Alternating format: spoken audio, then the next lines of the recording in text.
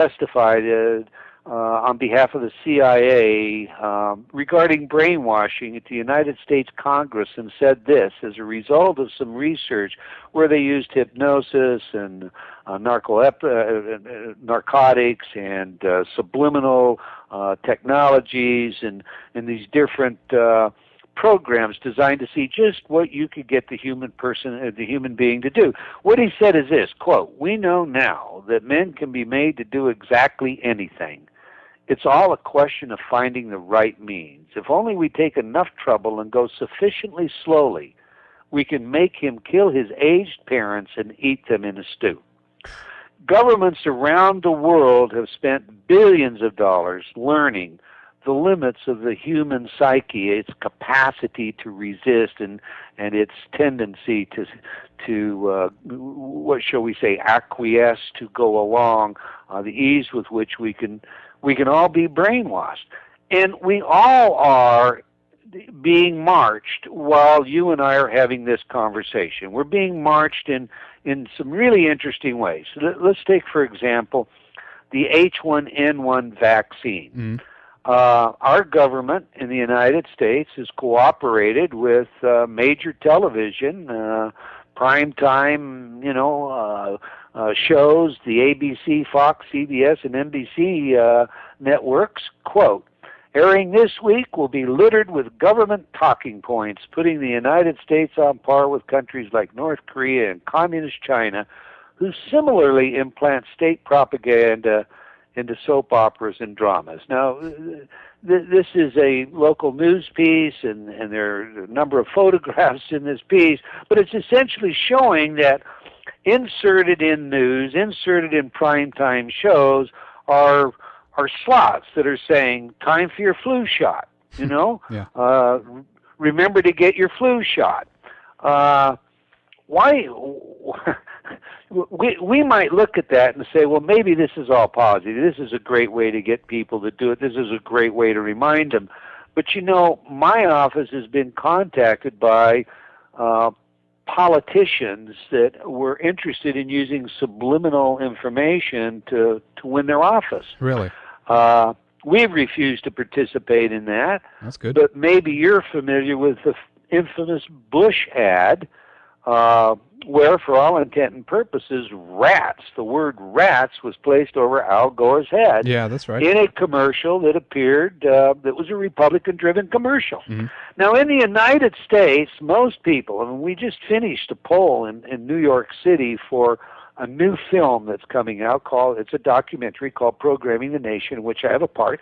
But according to the street in New York City, the majority of people believe that subliminal is used, but that it's not effective, and it's also illegal. Now, it's an interesting set of beliefs to hold simultaneously. It's dangerous, but not effective. It's against the law. It is used, but it doesn't work. The research is very, very robust, and I was doing a radio show not long ago with some hosts in Detroit, Michigan, and there was a caller that called in. He said, look, I'm a social psychologist. I teach at a university here. I just finished a course teaching my students. The textbook makes it really clear that advertisers do not use subliminal. That is a urban myth, and they don't because it doesn't work. And, I don't like you spreading this kind of propaganda.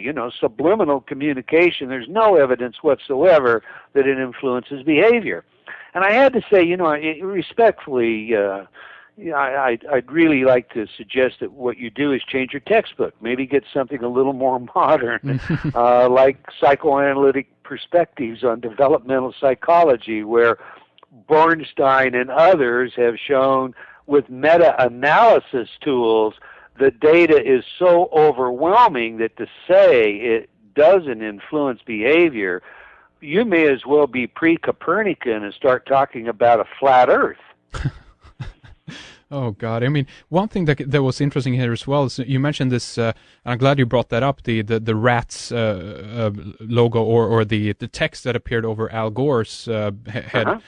That's also, of course, Star backwards. What does that tell us then? How does the mind perceive that? Does it tell us, yeah, Al Gore is actually a star, or does it tell us that he's a rat?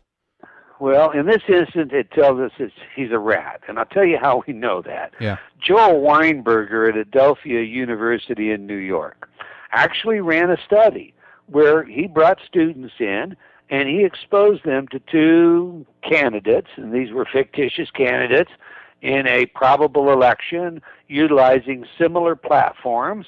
The difference was he exposed these students to a candidate with the word rats.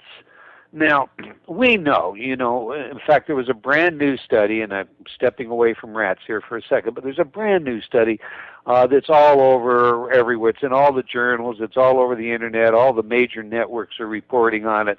It just came out of the UK that shows negative subliminal content is preferred. It has a preferential impact over positive subliminal content.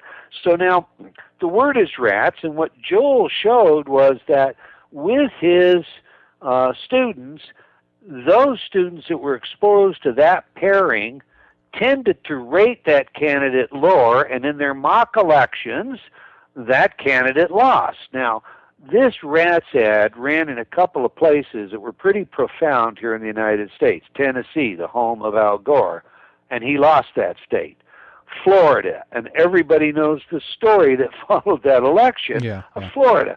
So there is evidence to suggest that not only was this perceived as a negative where Al Gore was concerned, but it also probably influenced the election outcome.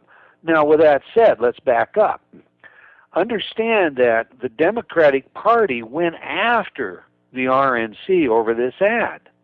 They went as far as they could go in the United States according to law. There is a FCC codification, our Federal Communications System, says you shouldn't do this. And a radio station can lose their license, a radio or TV station can lose their license if it's shown that they did this intentionally, nefariously, da-da-da-da-da. Well, obviously the station didn't know it was there. The Republican Party admitted that they did it on purpose, but there was absolutely nothing that all of the power of the DNC could do. So, when people say, but the laws protect me, well, you really need to look and see that there isn't a law that protects you. So what happened in our most latest, most current election here in the United States, President Obama, he was just as guilty of using subliminal as Senator McCain was. Yeah. Indeed, there was a state senating race in Las Vegas where the senator his name was Bob Beers, he was a Republican from Las Vegas, obtained a cease and desist order against his Democratic candidate because the Democratic opponent, I should say, was running a subliminal ad or an ad that had the subliminal insertion of a gun to the head. And that was in response to Bob Beers' support of teachers carrying guns in Nevada. So it's still, it's something that is used every day. It's used in politics. It's used to sell you product. It's used to sell you ideas. But it goes further. If I digress for a second here, yes. Don, and we back away and I say, you remember I said we should probably define subliminal properly. So we had the one definition that all had to do with our technical inability to discriminate information that was being presented. Okay? Yeah. But we also have, that kind of subliminal that occurs because it's subliminal. Our perceptual defense mechanisms do not want to see them. We just absolutely, completely refuse to see it. In my book, Mind Programming is a case in point. I have what has been called the smoking gun by my peers. Mm-hmm. I was sent an actual advertising training manual. And this training manual has a couple of ads in it, one for a whiskey, one for cigarettes. and it goes through exactly why everything, including the colors of the ad, are placed in the ad. It's very sophisticated from a psychological standpoint.